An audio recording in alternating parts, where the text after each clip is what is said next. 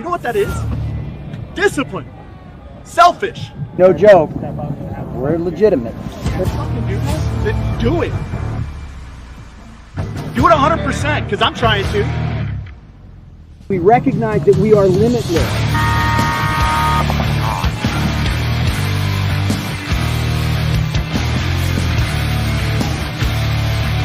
You gotta be a champion to become a champion, right?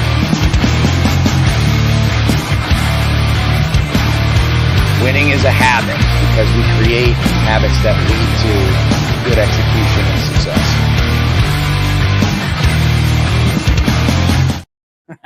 That's just sorry.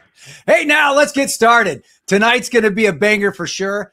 And if you are a divisional coach or player who is looking to step things up, looking for a guide or guardrails or ideas or concepts, or heck, you're just looking for some new inspiration, this very well may be the episode for you. Tonight's guest is another legend who took what they learned over the years playing professionally and traveling the world, playing for top teams like Red Legion and the Ironmen, and becoming a 3-time world champion. He's a Brazilian martial arts instructor in Brazilian Jiu-Jitsu and Capoeira. And if you're not familiar with that art, look it up or watch the movie Only the Strong starring Mark Dacascos. So he knows a thing or two about body mechanics, muscle memory, athleticism, and mentality, among a plethora of other things, okay? He just took over the reins at Austin FSU in the European League. He is none other than our very good friend, Xalo Almeida. Okay, Mr. Almeida is doing incredible work online and across the world, really. We're going to talk to him about player development, how your training should evolve, how to overcome slow progress or slow progression, developing smarter moves, competitive players, developing good, smart, competitive players. And finally, his vision and goals for his new European team, Austin FSU. So stick around. Be sure to like, follow, and subscribe. This is episode 117 of The Coach's Show. The Coach's Show is brought to you by our awesome sponsors, Maxed Sportswear. Charles at Max Sportswear has been delivering quality products and services to so many teams and pit crews for a while now. We here at the Coach's Show love our Coach's Show merch he's done for us. And I got to tell you, we're pretty sure you'll be pleased too. All sorts of soft good options you can check out, from jerseys to pants, gloves, and even packs. He'll work with you and your team to get what you need. So get maxed. You won't be disappointed. BKI, the best knowledge in paintball. Sign up at bkipaintball.com and start learning from the pros like Tyler Harmon and Ryan Greenspan, as well as guys like, Ryan Gray. Perhaps he could do some stuff there. Yeah, you'll find him out there. He's on there. You can start learning instantaneously, your own mini clinic right there in the comfort of your own home on your computer screen or phone. Go to bkipaintball.com and sign up today. Don't forget to support Team USA as they head off to Europe in the near future to compete against the best teams from around the world. bkipaintball.com. Trust me, it's worth the subscription. And finally, Virtue. Virtue specializes in premium quality paintball gear designed and used by the pros. Right now, and for a limited time, Bunker Kings is offering control loaders for only $100. You can build your own custom control loader in any size or any color option for just $100. Details at bunkerkings.com/TCS. Get the loader that's smaller, lighter, perfectly balanced, built around a jam-free proof feeding system at bunkerkings.com/TCS. Check out bunkerkings.com for the details. Ryan, I'm excited for our guests and the topics we're going to discuss tonight because, well, you and I had a little exchange this weekend along these very lines. And this falls right into it. I also had an exchange with the divisional coach last week that also falls along these lines in a sort. So yeah, man, good to have my martial arts brother back on the show. As a coach, I view player development as a pyramid, a big, wide, unmovable foundation. And then it starts to narrow as you get higher or closer to the top. And I look forward to discussing these theories with our guests. Yeah, anytime we get to, dive into this kind of developmental conversation, it's always a lot of fun, right? Yeah. Like, I think it's something you and I both share a tremendous amount of passion for. And, as the game has continued to develop and we're seeing young players come in now, and they're, just so much better than they were even, 5-6 years ago. Yeah. Right. Like we're watching the level at, D4 and D3 and D2. It just continues to evolve and get better and better and better. So it's really exciting. You and I, when we were talking about this weekend, we got into kind of the deep water a little bit, and we'll talk a little bit about that when we get Xalo in. But and you said something, we were in the green room, I want to talk about just for a second before we bring Xalo in. Have a peer group. So if you're a coach, have a peer group, have somebody that you can go to, that you can bounce ideas off of, that isn't necessarily a part of your team. And maybe they don't know all the ins and outs that are going on with your group. And sometimes that's really good, right? Because they're giving you kind of a fresh new perspective on some idea that you're toying with, right? I say toying, it's like a cat, right? You're bouncing it back and forth and goes all over the place like a ball of string, and ends up all over the house, because that's kind of what you're doing in your brain, right? Have a peer group. It's really important that you can share those ideas with somebody that you respect, who's going to give you really good feedback and also cares about your success. That's important too. Right. Because as coaches, like, we're concerned when we're developing these concepts, is this going to harm my dynamic or my players? Is this going to set them back, or is this going to propel them forward, or is it going to stagnate them? Is it going to confuse them? So yeah, it's one of those things where, and I can't thank you enough. And to the audience, I reached out to Ryan this weekend because I had some thoughts in my head about how I can improve some processes for my guys. And I wanted to bounce them off him. And I started talking about a psychological theory, and how I could leverage that with my guys. And Ryan just spit it right back with the man, you could do this, we could do that. And it became this thing, and it was really cool. And I can't agree more. I think, to your point, having a peer group, and not necessarily just, sure, you should have that group within your tribe, right? But there needs to be that external that you can lean on, and that's going to give you an unbiased and raw look. Yeah. Let's bring Xalo in. Let's dig in. Yeah. And now, ladies and gentlemen, does he age? He doesn't age. I think last time he was on the show, he looked, what did you say, Ryan? 28. Now he looks what, 25? Yeah. So stop it. Hey, what's up, guys? It's a pleasure to be here with you guys. Yes, sir. You're just eating healthy, huh? Oh, yes. It's all about training, some Brazilian fruits. It helps a lot for sure. I bet. Yeah. I kind of want to kick things off here. And with when we're talking about, I want to get into a lot of things. We got a lot of stuff to cover with you. I wanted to start with player development, because that's something you significantly do online. Ryan and I are very passionate about it. And I wanted to kind of talk about like a lot of mistakes that newer players or people are trying to do that might hinder their growth. And something I've noticed, like a mistake many players that I see, and I'd love to get y'all's opinion on this, the two of you, as well as those of y'all in the gallery. I see a lot of players focusing on advanced concepts before mastering the layers beneath those advanced concepts, right? Like, for example, at the professional level, the game will often appear really complex, but the best players, and Ryan, we were talking about that earlier in the green room, in my opinion, are usually exceptional at the fundamentals. So when you have this really strong foundation, you can spend way more bandwidth on game planning and understanding the layout when the layout comes. So that, and I'm saying a lot, so bear with me. When you find yourself in good position, the fundamentals kick in and bam, you're winning. I'm a firm believer that in the vast majority of situations, we do not rise to our level of expectations, but rather we fall to our level of training. And I think that's the big misconception out there these days. They see some YouTube video from a pro and say, okay, I need to work on that. I need to go do it that way. And I don't think that's always the answer. Yes, it's really good, this conversation, because also I'm going to bring some different point of views, because I work a lot in South America and Europe. So it's a different way to work with these guys. So In South America, the first hard thing is to put these guys together many times, right?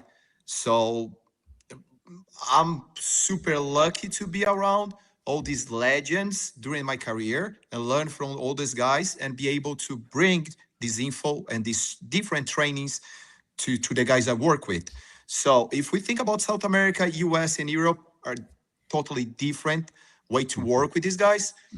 And what you said about, we also call this in jiu-jitsu, like don't go too much for the YouTube master.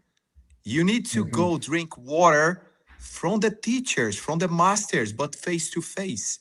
Because when you learn on the internet, it's great. It's great. You can learn a lot of things in there, but you don't have the fundamentals. You don't have the exactly little things, you know? And I experienced that because I was in Russia for 1 year, learning face to face with no internet and learning the skills, right? So paintball, we are not able to be together as jiu-jitsu. Jiu-jitsu, we are together at the gym every single day. So to develop, to train better, to learn more, it's faster. Paintball, we are together during the weekends. So you need to do a better, like, let's say like a quality time. So when you get these guys ready during the weekend and you just focus on what you really need, the team need, it's much easier.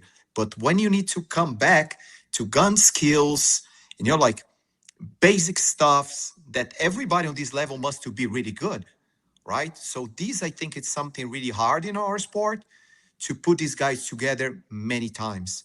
So how are you going to train someone to be like a professional athlete if you see him like maybe like 8 times a month? Right? So this is something really hard, really hard. In South America, this is something really hard. So when I have these guys for like, say like 4 times a month, we need to do a really good 3 to 5 hours training. So it's not an easy mission. No. Well, the Red Legion's got it figured out. They train for 6 weeks in a row, right? And then, and by the way, South America sounds a lot like Alabama and Georgia. We don't get that often out here. I think it's the normal model, though. It is. I think what Red Legion do is unique to the Red Legion, right? Like the majority, not the majority, all I think other than Red Legion, that's how they train. Right. You have a finite amount of time throughout a month that you really get an opportunity to work with each one of your guys. I'll add a piece to that because Xalo, you also do some online stuff, right? Where you have guys who send you video, and I'm sure you have the professional guys that you're working with who are working their way into that level doing the similar thing, right? So in the opening of the show, Mike mentioned looking at development and training methodology like a pyramid, right? I totally agree with that, right? I think having building blocks of like, hey, once we've had this, now we can move on to the next thing, but we can't move on to the next thing until we have this. And then the next thing is still going to have some of that thing in it so that we don't lose that thing, and so on and so forth as you go through each one of the steps. What I think happens is we get too far away from the foundation as we're getting to level 3 and level 4 of that pyramid. We get too far away from the foundation and things get more laxed, right? And we allow things like bad positioning of the body and not a great foundation of the feet and the wrong knee up or down, those kind of things. We allow these things to occur because, well, we've already done that. We don't want to go back, right? And so then the players, again, they go into what is the most comfortable for them to be in, right? This is familiar. I'm going to do that. So I do think that what Xalo is describing, again, is not, that's the normal situation that most teams are in, where you have this finite amount of time. You need to have a legitimate, pointed and focused schedule on how you're going to train, why you're training it, that goes back and touches each one of those foundational things that you've already accomplished. Yeah, perfect. The example I had back in my days in Russia, everybody trains on back in 2000, whatever. Everybody trains 5 hours, right? How I'm going to be good as those guys if I train only 5 hours? Because they're much better than I already. So I need to train at least 7. So I ask my friends like, hey, Miko, Dan, can you guys help me out with 2 extra hours? Because I'm not going to be able to be near these guys if I train the same as these guys. So for the next level, if the guys really want, when they go train with you guys during the weekends with the team, they need to be on a better level, the better level possible. You know, I mean, like on personal skills. So it's how much you want, how much you want. I have Brazilian guys in here. Their gunfight, their gun skills are amazing. And this is because they train a lot gun skills. Right. So like in Europe, I saw that my guys playing pro for the first time. Gun skills, no problem at all. For sure, they need to get more communication, better communication, understand more, a little bit how to close the game, you know, but about gun skills, I really trust these guys. They do a really good job in there. I saw them like snap shooting people off like on the face. And I'm like, oh, that's fucking good because they're pushing that. Yeah, playing pro for the first time. And I was like, this is really good, but it's their mission. It's their job. You know, it's not, we don't go to the field on weekends with the team and like, okay, let's do some snap shooting. You know, it's like more like a team practice. So they need to find their way on the weekends to be on a good level. And this is like if they really want. Right. You both said something great. One, Ryan, I want to jump back to that. I think that is the right thing. If you want to be a professional program, you're doing something similar to the Red Legion, right? If we want to be a professional program, we need to do things like other professional teams.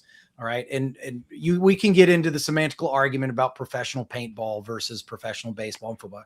I don't care about that. What I'm saying is, in piggybacking on top of what Xalo's saying, hey, in order for me to get to that level quicker, I have to be working harder than the next guy. Well, the next guy's sleeping, I need to be up working. If that guy gets up at 7 a.m., I need to get up at 5 a.m.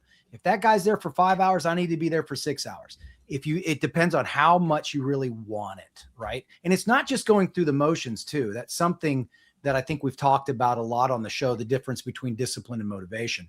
But I won't rehash that unless someone wants us to in the comments. But I think to your point though, it can't be just going video yourself, practice with a training partner, whatever. Do what you have to off layout and when you're not with the team so that when you do show up, those individual skill sets will shine. Absolutely. Yeah. And then the other thing, I'll go back to the first question you asked. A player who sees a pro do a skill and then they go, oh, I should go work on that. Please don't. Right. Please don't. Yeah, please don't. For multiple reasons, but usually what happens, and I see it all the time on Instagram. In fact, there's a young man from Florida who plays on a semi-pro team, and he puts a lot of videos out of him doing drills, and some of them are good, but some of them are not good. They're wrong, right? And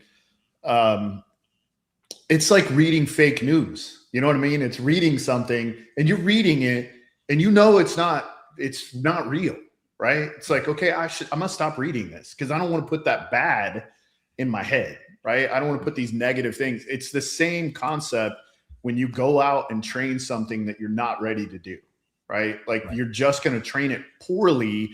And now when you get corrected, it's going to be that much more difficult. You're creating a bad habit.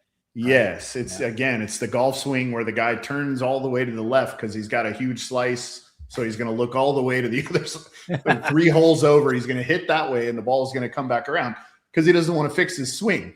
Right. So I'm just going to I'm going to hit it that way. So, yeah, you should, I get players want information and they want to give it. And by the way, I love when people consume something and they're like, hey, I'm going to go try that. I do love that. I think that's awesome. Agreed. I would challenge players though, and I say this all the time, and every time I do, I get a lot of videos. I love your videos. Send them to me. I'll help you. I watched, in fact, Xalo before he came on the last time. I watched a couple of his videos and I was like, hey, this is awesome, but switch your legs. Have that guy switch his legs. You know, so like if I see something and I'm like, oh, I have a really easy fix for that, I'm going to send it. Right. So like when I scroll Instagram, which doesn't happen very often, but when it does, if I see a training video and I can help somebody, I just say, hey, is it okay if can I help you?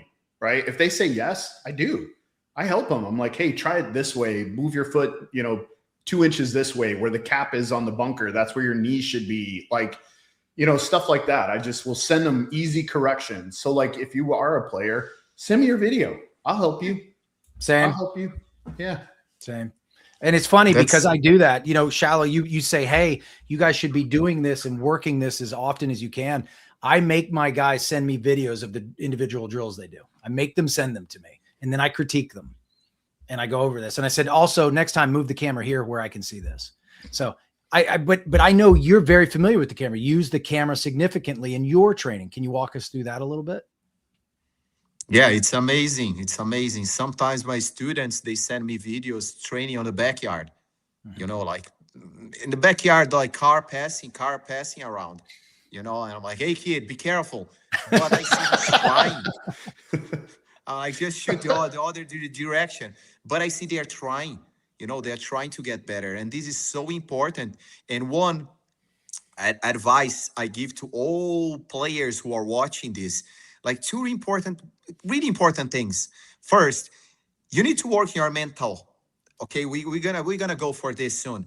You need to work in your mental. Paintball is at least 70% mental.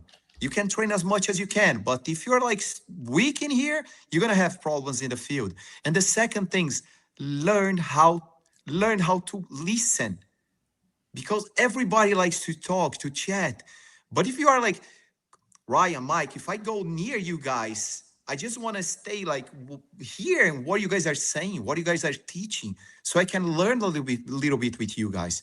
And this is so important. Like little things maybe can like change that key in your mind, and you're like, what the fuck? I never thought about this, and can be huge. So a lot of times when I go to the pit, I see everybody like trying to explain what happens.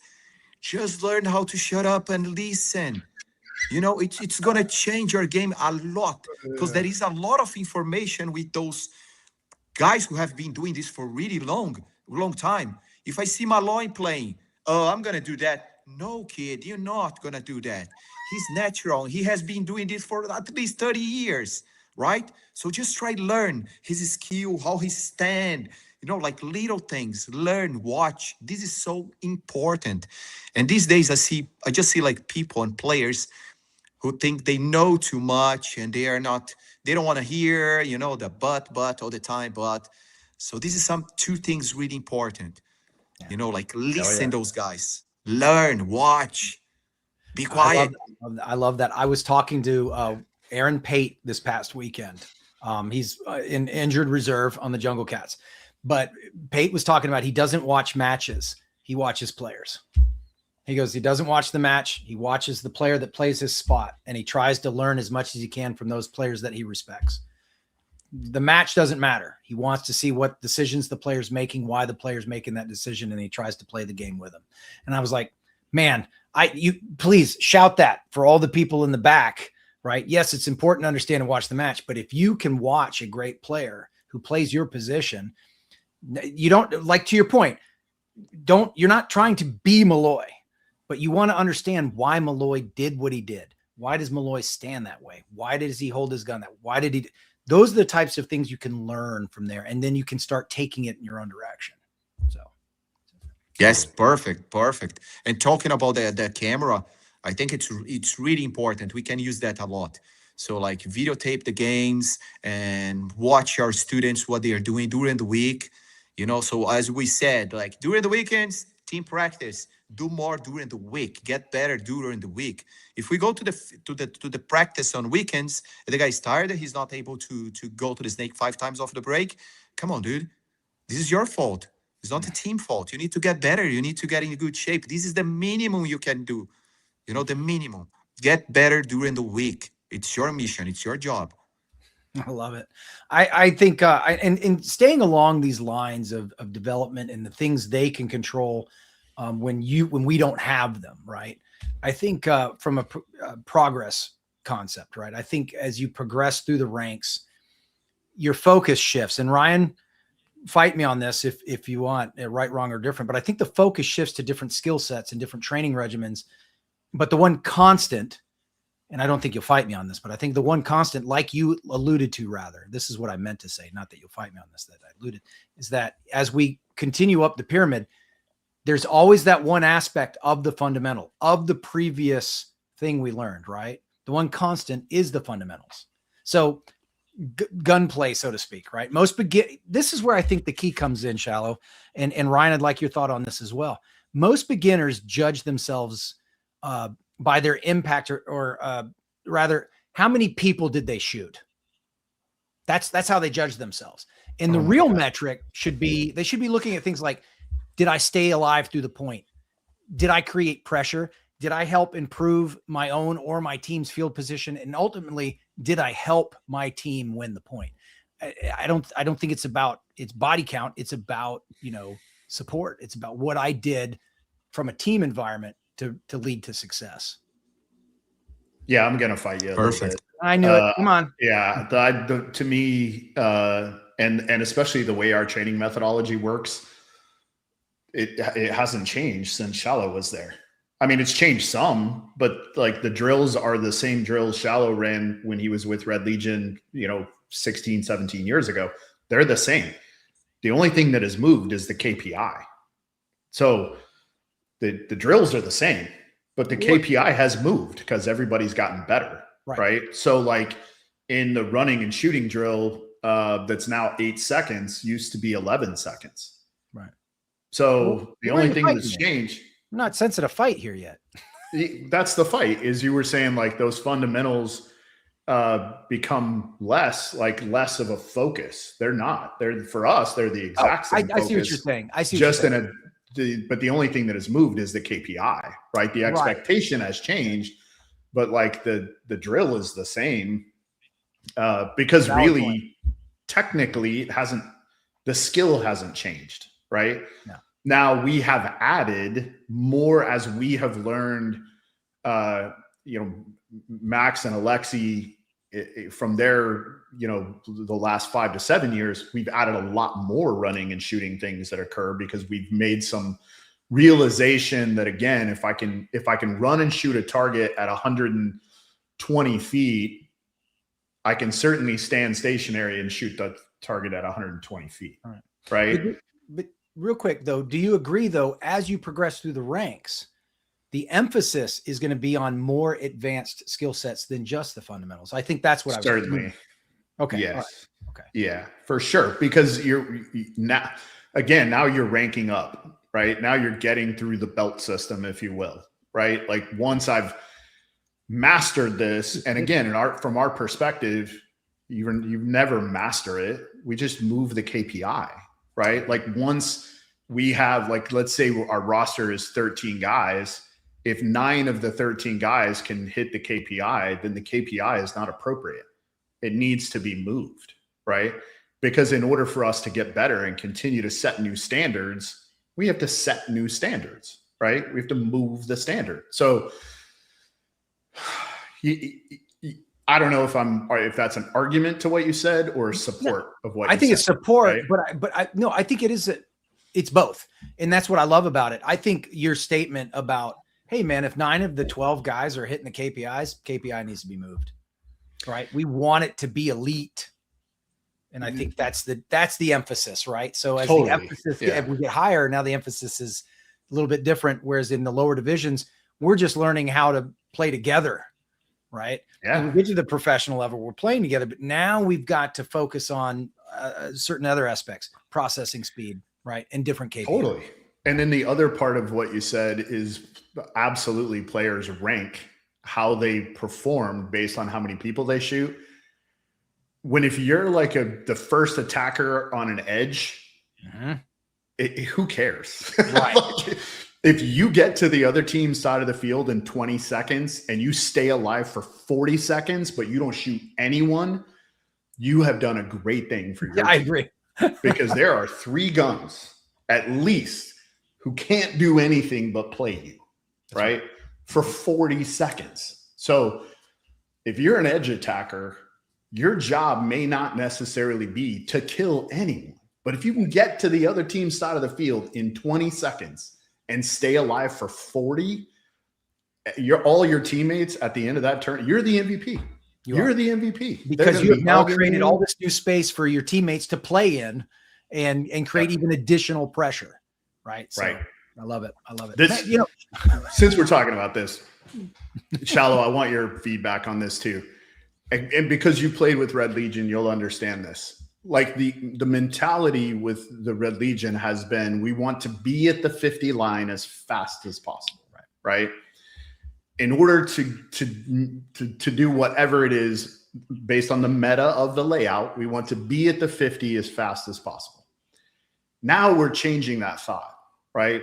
We actually now want to be on your side as quickly as possible, right?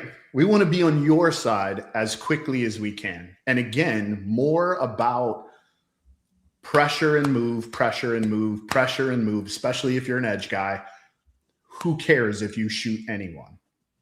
Be on their side as quickly as you can and focus on being alive for 30 to 40 seconds. Do you think most teams are prepared to make that kind of commitment? I don't think so. I don't think so. Yeah, I don't either. I don't think so. And I love that mentality. Because I remember when I was there, I was that guy. Xalo, can you go to the tree of the break? Snake right. 50. I'm like, yeah. I know that. Let me try. Yeah, let's go. Well, yes, that's interesting. Really I want to ask Xalo a question when it comes to development, right? Specifically physicality, right? Because this is something you know a lot about. And something like, for instance, you were that guy. Hey, go to Dorito 3. And they might ask you to do that 3, 4, 5 points in a row, right? So you had to be in that. Did you ever feel like, I mean, obviously you showed up with explosive power off the box, right? Explosive. Do you have techniques and thoughts and methods where you teach some of your students in the paintball world, rather, how to explode, how to improve their speed, their overall speed? Because in paintball, I don't think it's about top end speed. I think it's about quickness, and there's a difference. Yes. And do you have them train anything specifically to improve quickness, foot agility, all these different things? Burst speed. Thank you. I couldn't find the word. He sprints, a lot of sprints. Go to the gym to make sure all your muscles are in good shape so you're not going to get injured. But it's all about sprints. Like a lot of athletes, look, I'm in good shape. I can run for 2 or 3 hours, but we don't need that. That's good for your healthy, but we need like short sprints. So in Russia, 100 years ago, we used to do that all the time. Like that 1, 2, 3, 4, 5 sprints. Rest 1 minute. 1, 2, 3, 4, 5. Rest 1 minute. And then we switch for one fast sprint. You rest 5 seconds. 2, 1, 2, 3, 1, 2, 1. And so interval, is that like an interval training, Xalo? So interval training? Yes. And 5 seconds between the sprints. And on my first 3 months, I was trying to beat my coach. And he was like, 60 years old? It took 3 months for me to beat that dude. Like back in Russia, I'm like, oh my God, dude, how am I going to beat this guy? 60 years old, and he's beating me up all the time. So, and after that, I remember it was insane. When we used to go to the tournaments, it was like a warm-up for me. When we finished the tournament, I'm like, dude, I'm not even tired. And then the coach like, okay, let's run 30 minutes. And I was like, dude, I just wanted to get some beer, some juice. We just won the tournament. No. Ronnie, let's go, Ronnie. And this is all mental. Right. And it took me so much time, so long to understand that mentality. It's like for my mentality and for everybody who's watching. Everybody's like, oh, these fuckers just won the tournament and now they're still doing drills after the tournament. Everybody like, these guys are machines. So yes, I think sprints helps a lot. Working your sprints. Okay. Fast recover, like 5 seconds, 10 seconds, and do a lot of sprints. It's going to help a lot. Love it.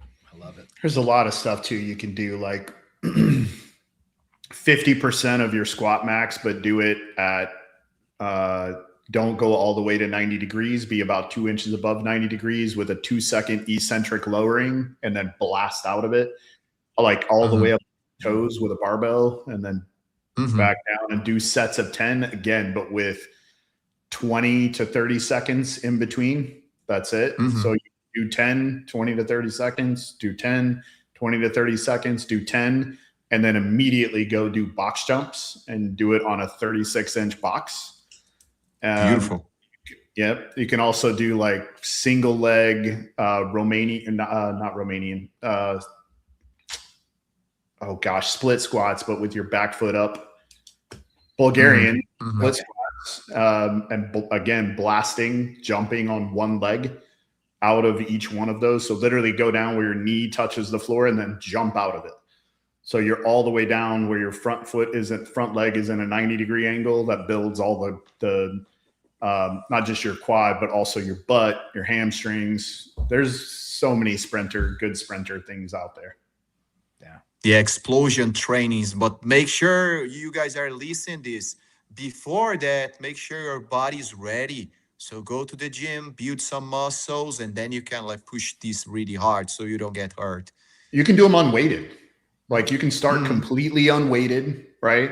Yeah. But you do need to like, like if you're in your late 20s, early 30s, like you need to be doing like not just whey protein powder, but collagen protein powder, doing like, lots of fishes and oils and things to help with all the lubrication you're going to need and all your joints. And you don't want to have tendon problems. Yeah. Yeah. You don't want to have tendon problems. So, yeah, you need to find the balance between training, resting, and eating. This is really important to find this balance. Do you have these types of discussions with your players, Xalo? Oh, yes. Oh, yes, a lot. Back in the days, we used to be really mean. Like, I remember going to, before World Cup, Miko and I, the kids just flew in and, you guys want to eat something? Let's go to McDonald's. And they eat a lot of burgers and, okay, let's do some sprints. That was bad. Bad Miko. But now we are older. We're cool dudes now. So we talk about eating well, eating good, resting, the importance to resting between games, between, tournaments to get ready. So you can start pushing again. So you need to find a smart training routine. I love hearing you talk about like a consistent training routine, right? To give you that, the energy to continue to improve and do what you need to do when you need to do it. You can call on it and therefore it's always there. I do want to keep on this topic for just a little bit longer about what slows players' progress down or what we can do to improve that or move the obstacles. And there's two thoughts that I have on this, right? And I think a lot of players plateau because they fail to become force multipliers, right? I try to sum it up this way. A player who shoots one or two opponents in a match is valuable, but a player who helps four teammates make better decisions is often more valuable, right? So I always talk to my guys about be that teammate, actionable intelligence or actionable comms instead of informational intelligence or comms, right? Actionable, right? And I think one of the most common factors that slow players learning or progress down is ego. I call it the hero factor, right? They want to do huge moves and bunker people, and they want to do all this stuff, and they really suck at the basics, right? They want to get right into the flashy stuff, and look, the flashy stuff gets attention, but it's the boring stuff that wins tournaments, everyone. So I just want you guys to understand that. And I want to know if you've dealt with a lot of that, Xalo, in the past, currently, or even, how you talk to teams or individual players on that front. How do you get ego? How do you get progress, obstacles out of their progress, out of their way so they can make progress? Great question. Yeah, it's a good and hard question, right? Hard one, yeah. It's really hard. Yes. So what I feel like I need to compare this with jiu-jitsu, and On jiu-jitsu, when you go to the guy like, hey, listen, you're doing really bad. You know, you need to get better, and the only way you need to train more. Right. This is normal. This is normal. I'm a black belt, almost like a 5 stripes on a black belt. And a lot of times the guy make me tap. And they're like, Xalo, what's up, dude? You need to train more, buddy. And I'm fucking black belt for 20 years. Doesn't matter. Doesn't matter. You need to be humble to learn with that, you know? And I want to put myself on these situations that the guy's going to give me a hard time. The guy's going to make me tap all the time. I'm learning with that. You need to still learning all the time, right? So this is something really important. And when we go to paintball, oh, I won this tournament. I'm the man. Dude, there is so much things to learn, to everybody learn and get better. So we need to find this way to talk with these guys. So as me working as a coach and as a trainer, I have a lot of enemies, you know, because the guys, when you're like, hey, dude, listen, you're sucking right now. You need to get better. And this is going like really bad. Sit and watch that guy doing right. Oh, you just offend me. You offend my feelings. You know, like these days, I think it's a bit harder because you really need to learn how to work with our athletes. Like before, I remember in US, the guy's like, hey, you suck. Shut the fuck up. Don't play anymore. Sit out. And it's all good. And for me, this works good. If the coach is like, Xalo, you're doing horrible. I'm like, motherfucker, I need to get better. And then if I don't do better, I go to the coach, what can I do to get better? So this is like normal for me. But these days, you need to really take care of how you talk with athletes. Because if not, they're going to fire you. Yeah, they're gonna start like talking inside with the other players, with the owner, and like, you know, I don't think this coach is too good, because you're just honest. And to get better, you need to be honest with your boys, you know, and you need to find balance. After the tournament, I like to talk with my players and, kid, listen, you didn't play that much because I tried to put one time and you didn't do what I told you to do. And when you did, it was really bad. So I cannot risk to put you again. So let's train more. Let's get better for the next tournament. If the guy is okay with that, of course, he must be pissed. He must be like, fuck this guy. I need to train more. I need to get my spot. And then it's all good. But when you get some guys who have hard time with his ego, then it's really hard. What do you guys think about that? I think it's not an easy mission. Yeah. Oh, I totally agree. Yeah.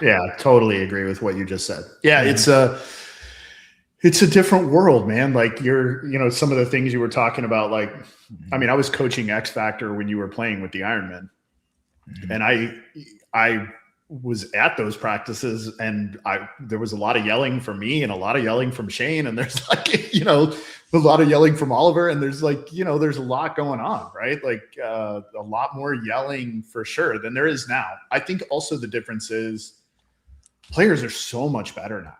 They really are. Like they're just, and that's not a slap in the face to that era of paintball, because it was really good for what it was at the time. Players are just better now. They're better. Like they're physically better. I want to be really clarify about that. Yeah. Physically better, mentally and emotionally, so much softer. It's a much, you have to find the easier, softer way to describe you're terrible, right? Like you can't just come out and say like, hey kid, you're playing terrible. You got to go sit down. You can't really do that anymore. You have to give them all this information, which is why like I emphasize data so much, right? I emphasize data so much because it makes those conversations very simple. I just turn the clipboard around and show them. Here's where everybody else is. Here's where you are, right? Like here's the metrics I'm keeping, and here's where you are in the metrics. You're at the bottom. So unfortunately, be a really good teammate because you're not going to play. Right. So data, I think, clears up so much of those conversations now. Where like throughout the event, I mean, during each match, I'm tracking 5 things. Right. And then after the match, I go back and watch video and I'm tracking 2 other things. Right. So I have 7 data points that I turn in every night. right? And not only at the tournament, at practice. I'm actually at practice keeping 8 data points.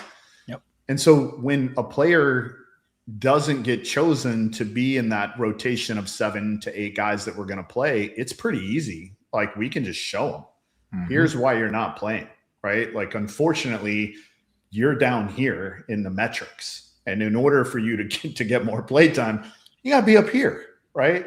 And so here's those drills that we do that work these fundamentals that you're struggling with.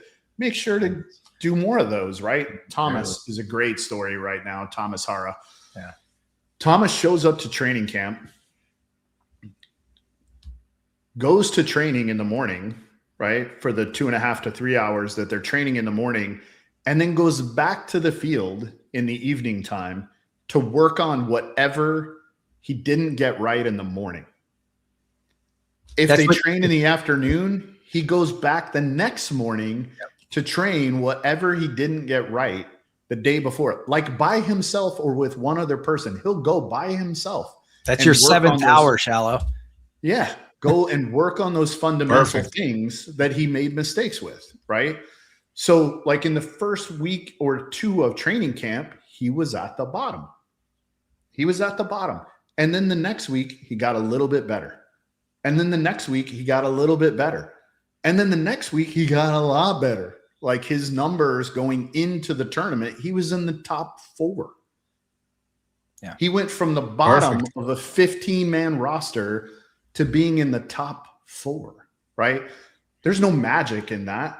It's hard work. It's discipline. He also changed his diet immediately. He started doing different things physically with his body, focusing more on mobility and sprinting. Like, all those things that we're talking about, a player literally who's, 25, 26 years old, who does have what we would consider to be a softer emotional mentality, isn't, right? Like, his mind is so focused on, I'm going to do whatever I can to take full advantage of this opportunity in front of me. So I think when we talk about like a softer emotional side, I really think it's lack of discipline. And you know what I mean? It's lack of discipline and lack of structure, right? That's what makes players, in my opinion, weak-minded and weak emotional. I think the beauty of your answer, Ryan, is the fact that it not only did you answer Xalo's question about the ego, right? Because there's no arguing with that. When you sat there and showed them the numbers, this is the reason why your ego is bruised now. Yeah. But you're also giving him the answer on how to improve, because you just showed him where he's weak. And if he's got the right type of mentality, I've met some guys with egos who had the right type of ego, which was, oh, okay, you think that? I'll show you. And then they work harder, right? So in this case, you've given them not only shown them, hey, this is why you're not where you need to be. You've also shown them this is what you need to be working on if you want to move. And I think that's key. So awesome. Great answer. So that's why I keep metrics, right? Hey, do you want to talk about it? I can show you. We can talk about it. Sure. Here you go. Any questions? Yeah. So, and it's great because, I used to be called the stoic coach. I'm not called I shouldn't be called the stoic coach anymore, because I think I've lost my stuff more times this year I have than the last 5. So we're not even into the 3rd event yet. So, but that's because I care. That's because I know these guys have it in them and I know they're capable. And Xalo, that's something else I wanted to ask you about, right? Is like when you get that certain play, we know Ryan is a great, he can see talent and he can draw it out of people, right? Do you have any tricks of the trade for that? When you see somebody that's you consider special, hey, he's got that spark, right? I mean, is there a way you feed it in order to draw it out of them? Yeah, I think this is something we miss a lot with a lot of coaches. They don't talk with individual players after points, after training. They don't explain them what to do. And sometimes the guy's shy and he just will be quiet and don't get better. So I think it's really important to talk with player by player, so they can do better. And even if the guy is doing really good, to talk with them and like, hey, good job. You're doing fucking good. Keep that up. So this is something really important. I see on divisional coaches, they don't do that at all. You know, they just scream after the games and blah, blah, blah, blah, blah, blah. And that's it. So I see this mental part that we need to go. It's a coach's job. We need to go to your players and explain them what they need to do better. And I think this is I'm really good with, because I was a professional athlete. I do a lot of like different coaches. So to talk it with individual players, you know, how, and you need to know how to talk with those guys. You know, like, you know, the ego, you know, sometimes the guy, if you scream with him, he's not going to play good anymore. That's it. It's done for him. Yeah. So like, hey, come here, buddy. Hey, you got to do next much better. I trust in you. Come on, dude. Come on, get in there and do better. You know, like, Gotta explain the try why too, right? Yes. And try to find these keys to make those guys their mentality to get better. I'm not sure if I asked your question. Did I? No, absolutely. Because I think that's look, it is. It's like, hey man, you know, go to the individual, explain to them, hey, this is what I think you did really well, or this is what I think we need to work on. Hey man, he sees that you're interested, and right, and you basically you're the rudder on the ship. He's the boat, you're the rudder for that raw talent that's coming, and you've got to draw that out of them by telling the why. Now, a lot of times, you know, at certain levels though, you don't want to give them the answer. You want to ask them. I like to ask probing questions to make sure that they come to the answer themselves, because usually when they do that, the retention is better.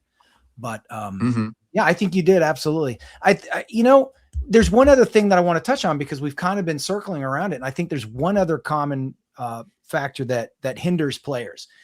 And that is they only practice what they're good at, right? Players will practice what they enjoy before they practice what they really need to work on. And I think, you know, how do we get through that? And I think, again, it's metrics, right? It's setting those KPIs and saying, hey, we're going to do all these things, and this is what you're judged on, because ultimately this will determine whether or not you play. So we're in positions to where we can make that happen, but some divisional coaches may not have that capability, or that ability rather, to point that thing out. So, you know, a lot of guys won't fight that. They don't want to die on that hill. This guy's a great snap shooter. He's a great gunfighter. I'm just going to let him do his thing. Well, yeah, but his survivability sucks. So it doesn't matter if he's not getting to where he needs to be in order to start that gunfight, or what have you. So I think that's something else that a lot of players do that, and coaches don't hold them accountable for, is just doing what they like and they enjoy. They don't really work on the stuff they need to work on. Yeah. I think that's also mentality and discipline. Like when I look at the workout for tomorrow every day before I go to the gym, right? I pull it up on my Sugar Watt app and I look at it and I'm like, all right. Right. Cause I want to be mentally prepared for whatever it is. I hate riding the assault bike. I hate it. It's the worst thing on planet Earth. Right. When I see things like 1 minute assault bike sprint, right? I hate that. Right. That makes me want to go to the gym more, because I know I need to do this. I don't like it. I'm not great at it. Even though literally I used to be a triathlete, right? I should love the bike. I hate it. I hate it. Love that. So days that I see that like we're going to ride the damn assault bike and we're going to do a bunch of burpees, those are the days I'm like, all right, I'm going. Right. And I force myself, even if that's supposed to be my rest days, sometimes I'll force myself to go, because I hate it so much that I'm like, if I hate this thing, I should go do it. Right. I think that's a mentality thing. Like I like doing hard stuff. I like challenging myself. And I think players, if they want to rise to the level that it takes to play at the professional level, almost have to like invite and be comfortable doing incredibly sucky things. You got to embrace the suck. That's right. You do. Like you have to almost be like, okay, I am terrible with my left hand. I'm going to go to practice today and I'm only going to play with my left hand. And I'm going to have somebody every single time I switch hands or something, yell at me and make me do a burpee or something. Right. Whatever. But I think like you have to invite those things in if you want to level up and you want to be one of the best. You got to invite the hard stuff in. I agree. Perfect. What I do with my guys, my snake player, right? I'm pretty sure his communication is not too good. So during the practice, I put him to play as back center player. You know, you're not gonna move. You're just gonna stay on back center player, learning how to chat. You know, learning how to talk with the guys. And he's like, Xalo, but I'm a snake player. I don't care. You're gonna be a back center player today. And I do the same with my big guys. Today you're gonna play on snake. I don't care if you're not the fast one, if you're not gonna do a proper beautiful slide, but you need to know how to do that. You know, in your time. You know, you have the timing, right? You have the right timing to do that. But I switch that all the time. Because if I can get my team, don't need to be like all of them like a 10, level 9. I want them to be 7 in every single position. And then we can do such a different game plans. And this, I think, works a lot with divisional teams. Because in divisional teams, you have the back center, snake player, Dorito player. And when you switch and all those guys can play different positions with no problem at all, it's such a much easier work for the coach. Yeah.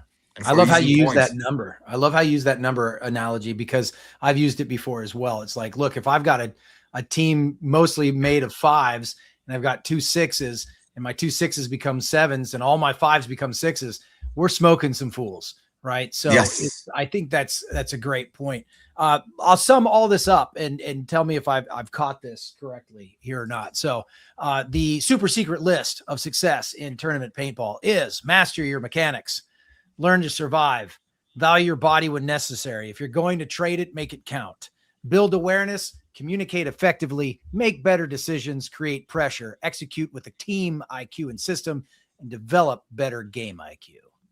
Don't suck. Is that it? Did I really get it? Important. Don't suck.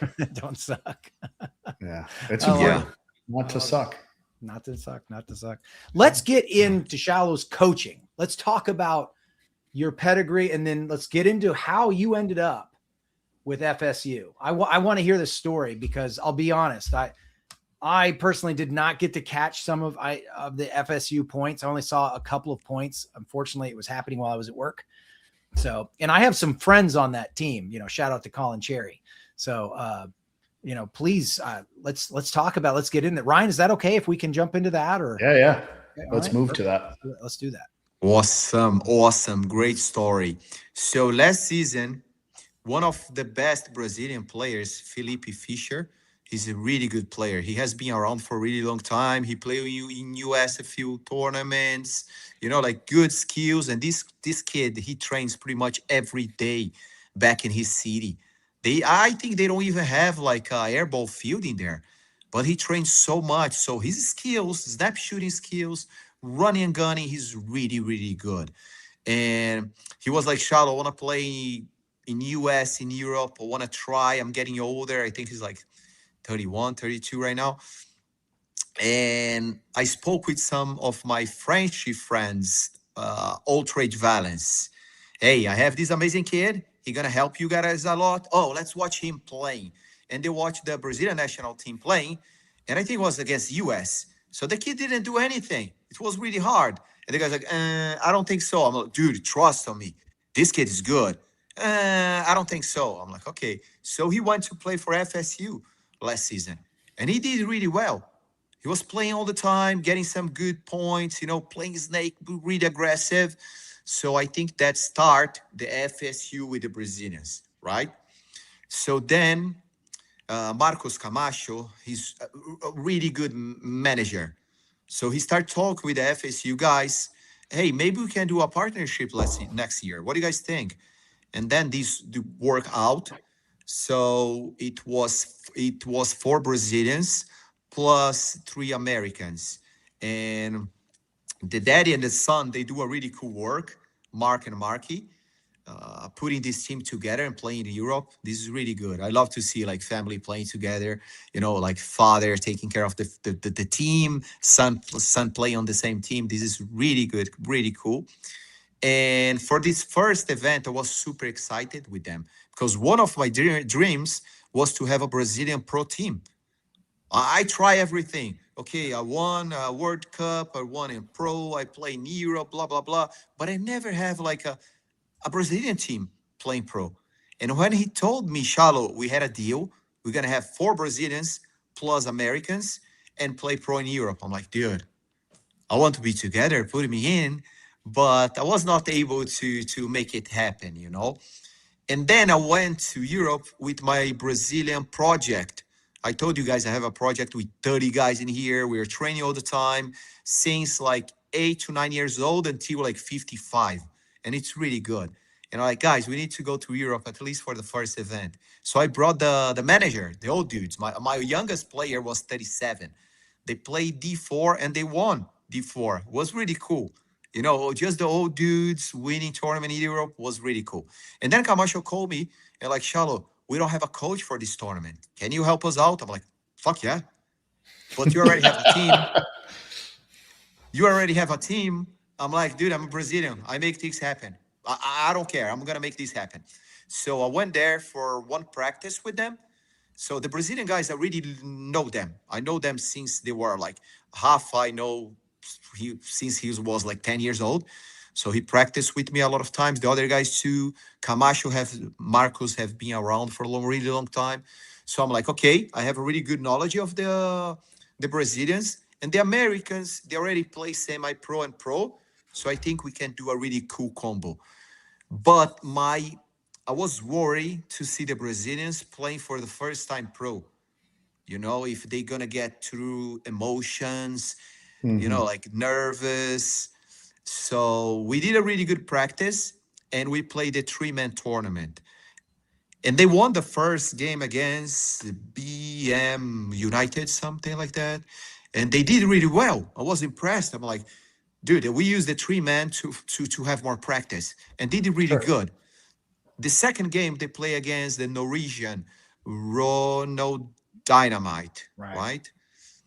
Start doing a really good game. We lost that game, but was like really like nearby. And I'm like, dude, they didn't feel the pressure at all. So I really like what I saw. And it was really easy to coach them. You know, the Americans are like used to it to work with coach, and Brazilians, they did really well. So we went to our first game against my old French friends, the Outrage Valence, right? They're building a new team, so they are having some hard times right now. But a big hug to those guys. I love those Frenchies, really good friends. But we beat them 5-1. And the point we lost, we got penalty, and we were one-on-one situation and we lost it. So I was, dude, this is a good start. First time these guys playing together, 4 Brazilians playing pro for the first time, and we did a really solid first win. Let's go for the next game against Breakout Spa. Breakout Spa is a really decent team in Europe. I'm not sure, but maybe they won the last season. First or second place. I think they did So win. They won. They won the really series. Decent.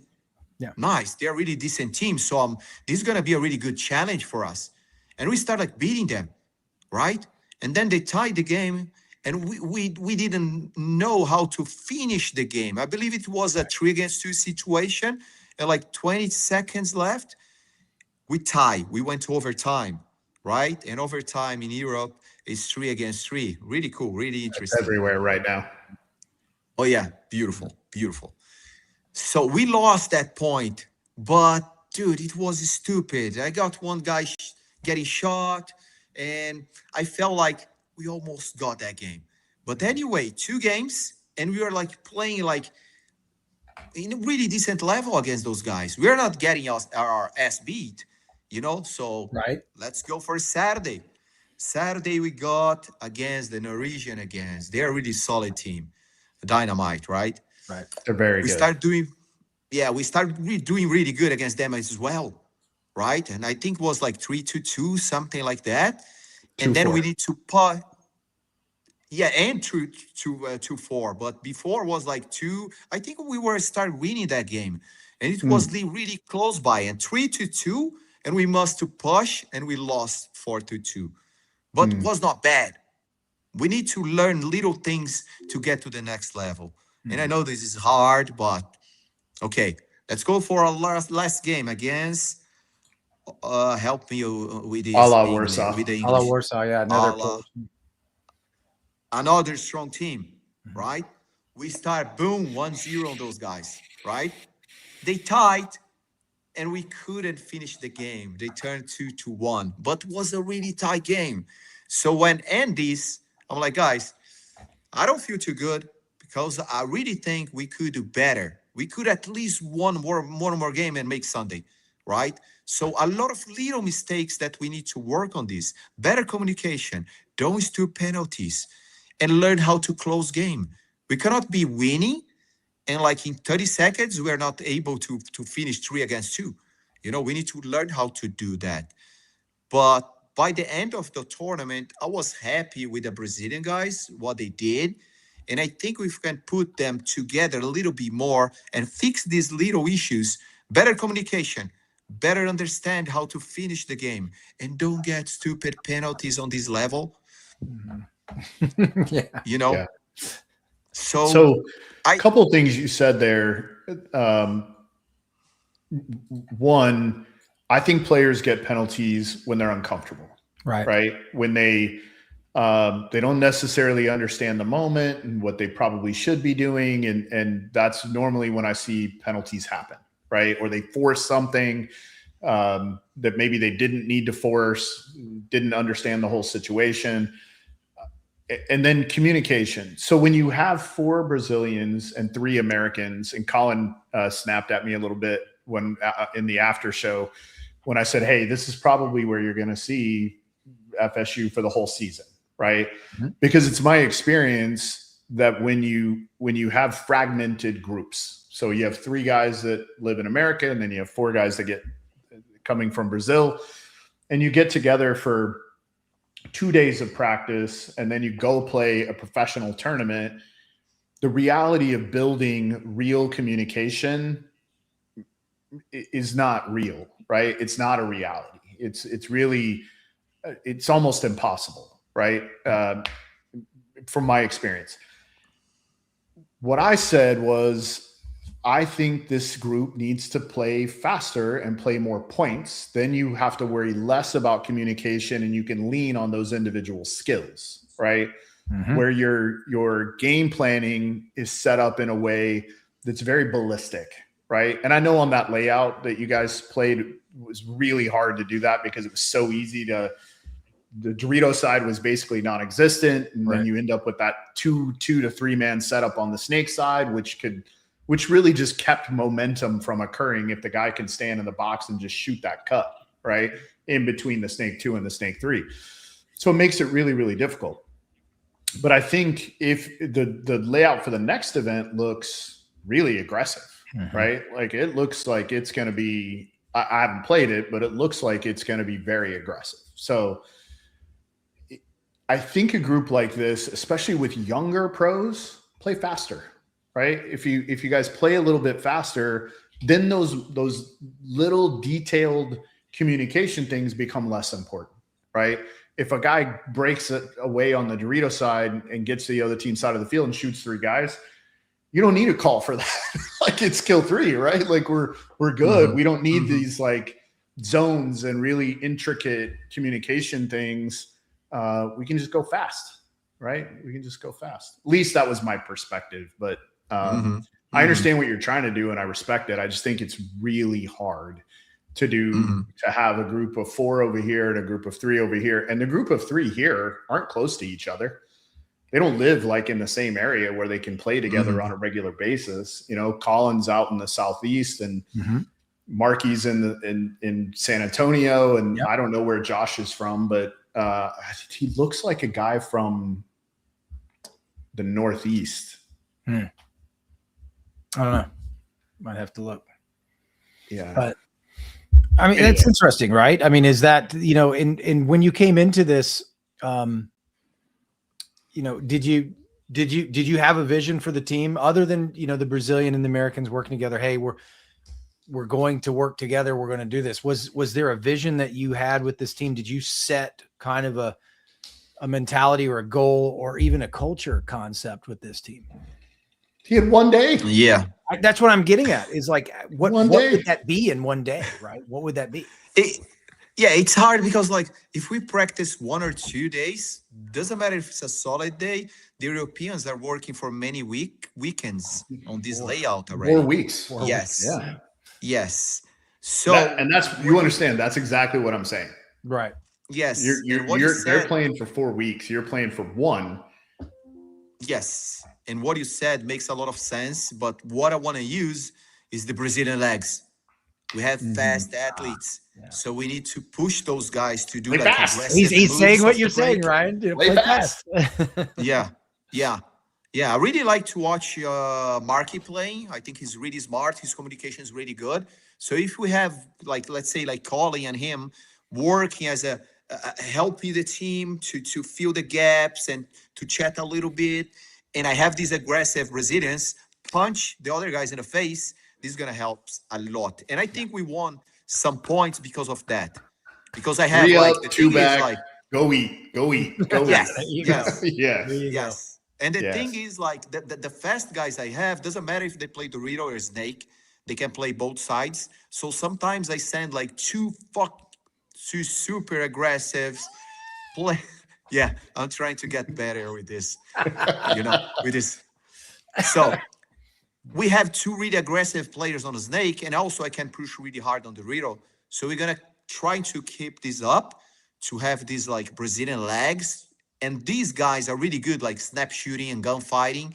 So every time they go to the 50s, and I'm like, dude, gunfight and bunker one. Open the game for the let's say the smart and the good communication guys on the back. So go do this, do some damage. And when we did that, I think the points we won is because of that. Because the Europeans, there is some really aggressive guys, but I don't think they push too much. It's not like in US. So I think they like play like they communication really well. They hold lanes. And if you can break that off the break and push them, I think we have a chance in there. I totally agree with you. Yeah. I think the more opportunities you take to punch teams in the mouth, the better off you'll be. 100%. Yes. Because you can, if you like Colin and Marky both shoot really well off the break, right? They both shoot really well off the break. So if you have 2 guys that can potentially get you a kill off the break, and then you're playing at a really high tempo, if you lose one of yours, who cares? Right. Who cares? Right? If the other 2 make it, we're good, right? Like we're good. And then Colin or Marky fill that gap, right?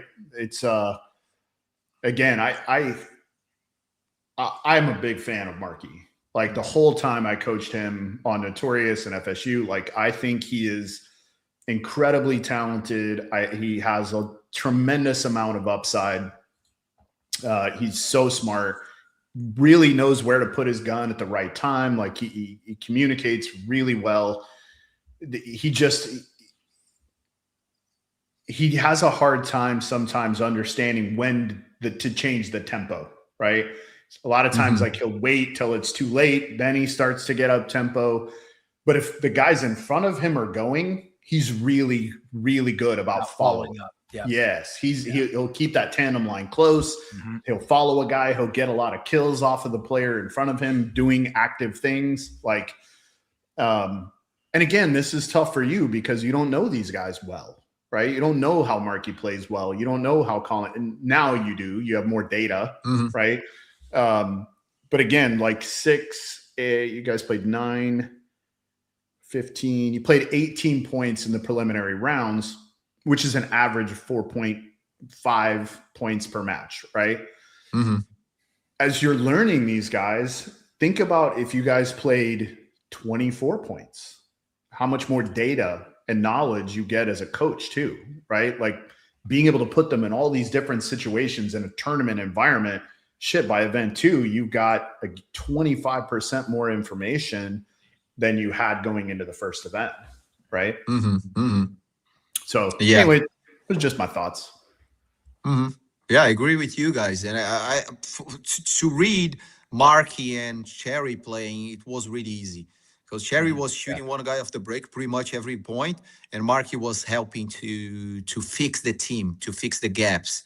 Right. you know. And then I use the Brazilian power to just punch people in the face. Smart. Smart. I love it. Dig it. Well, what are expectations going into the next event? Like, are you still only going to have one day with the group? Or are you going early? What does that look like? So we are trying to have at least 2 days of practice, but at this moment, I'm calling all my sponsors to help me to buy my flight tickets. We are in South America. Everything is harder. So I already called. Today I had a meeting with Miko for 2 hours. I'm calling her missus. I'm calling Virtue, MacDev, who helped me out. And like, guys, help me out. I must be there. And I have a decent deal with Mark, the team owner, and I think it's gonna happen for me to be there again. So her missus, Virtue, MacDev, help me out, and some Brazilian students help me out as well. They're great guys. So yes, we're not gonna have much time to practice, but what I'm doing in Brazil, like next weekend, I'm training my project and I'm bringing those guys, the FSU Brazilian guys in, so they can be with me and we can adjust a little things that I want to see them doing better. You know, about like getting a better timing, learning how to close the game. So we're gonna work in a few weekends in here with those guys, and then we're gonna be much more prepared for the next event. So I have high hopes. Yeah. Do you plan on maybe having some Zoom calls with your American counterparts and the Brazilian team and doing field walks virtually prior to the event? That might help, right? Oh yes. We're gonna try to do that. That's really, really cool. Really cool. Yeah. And if you do get those 2 days, obviously the emphasis will be on, if you're out there with them, the emphasis will be on, I mean, you know, obviously field walking and how you want to play the field, et cetera. Right. So, I mean, you'd have to compact, you know, basically 4 weeks into 2 days. Yes. The good part is I've been living in Europe for 5 years. So I have a bunch of friends in there. So what I do, I call my friends all the time. Like, so what do you see, buddy? Let me know about the real side. How's the layout playing? Yeah. Great idea. And they're good friends. So sometimes they videotape what they're doing, send it to me, you know, like cool dude. So thank you guys for helping me out. It's yes. So I try to get the most knowledge I can. So before we get there, we are at least better prepared. I love it. Yeah. I love it. Good. Okay. Awesome. All right. I don't have anything else. Well, I did want to ask, if anyone wants to train with you online, because I know you do online training, how would they go about reaching you to do that? Oh, Instagram. You can find me on Instagram. I'm always posting some training videos, you know, like not just paintball, jiu-jitsu, capoeira, and you can bring a lot of things in. Also the mentality, you know, we're talking about that all the time. Doesn't matter if you're a good player, you need to work on this. Paintball is at least 70% in here. Right. You know, so you need to find a way. You need to find a way. Sometimes we get amazing athletes during the practice. They are huge lions, and when they go to the tournaments, what's going on? You're not having a good day. It's mental, guys. And if shit gets bad, it's better. If you start losing the game 3-0, it's better. Now you have a chance to prove yourself. It's much better. It's fun, right? So I'm going to put this in the chat across the thing. I can't pull up another window right now, but if they wanted to follow you on Instagram, what's your Instagram tag? Oh, Xalo Almeida. Really easy to find. Okay. Brazilian doing backflips all the time. Crazy stuff. I got it. Yes. And dude, when we start, just one thing. You told about that movie, Only the Strong. It's amazing. I grow up watching that video. And the second things you guys said is about this bad boy in here. I use this guy all the time. This is made for South America, dude. It's cheap. It's really good. And if you guys in South America want to try this, the Bunker King loader, come talk with me. Yeah. Amazing. Thank you, Bunker King. Yeah, Bunker King control loader, man. $100, any type of build. It's incredible. That's an incredible amazing deal. Yeah, it's amazing. Absolutely. Yes. So yes, great. Well, that's what I've got as well. Sal, we wish you the best. We love having you on the show. I can't wait to see what FSU does at this next one. I love watching it. I follow you on Instagram myself. So obviously as a martial artist, I really appreciate the thought process you bring to things, right? Especially when it comes to body mechanics. I love that. So yeah, I just wanted to thank you and appreciate you. Did you have anything else you wanted to share with anyone? Yes, to the players, to the athletes all over the world. If you're having some problems and you don't think your mental is too strong, go train martial arts. Go train jiu-jitsu. It's going to help you a lot. In jiu-jitsu, learn how to deal with the chaos, with the hard times, and then everything get easier. So, guys, train, eat well, sleep well. Don't bring too much stress to your life. And paintball is amazing. Coaches, thank you so much to have me in here. It's a learn to be here and to watch with you guys, to learn with you guys. Thank you so much. Oh, great message. Great message. Anytime. I agree. I Yeah. absolutely agree. I love Do it. hard things. It's Yeah, better. do hard things. That's right. Yeah, do hard things. I love it. Every time I get into this ice bath every morning, I'm like, all right, this is the first hard thing I'm going to do today. Mine's waking up, but Oh, yeah. Beautiful, beautiful. That's hard sometimes. Yeah, that's hard sometimes. What a blessing, though, right? it is absolutely 100%. 100%. Yeah, what a I thank God blessing. every morning for another breath of air. So, All right, guys. Thank you so much for joining us on episode 117 of the Coaches Show. Thank you to Major League Paintball, Major League Paintball Plus, Mr. Almeida, for joining us. Thank you to Kevin Fillers, Tom Cole, Darren Sesesta, and Amanda Maltz. For Mike Bianca, Xalo, I'm Ryan Gray. Be responsible.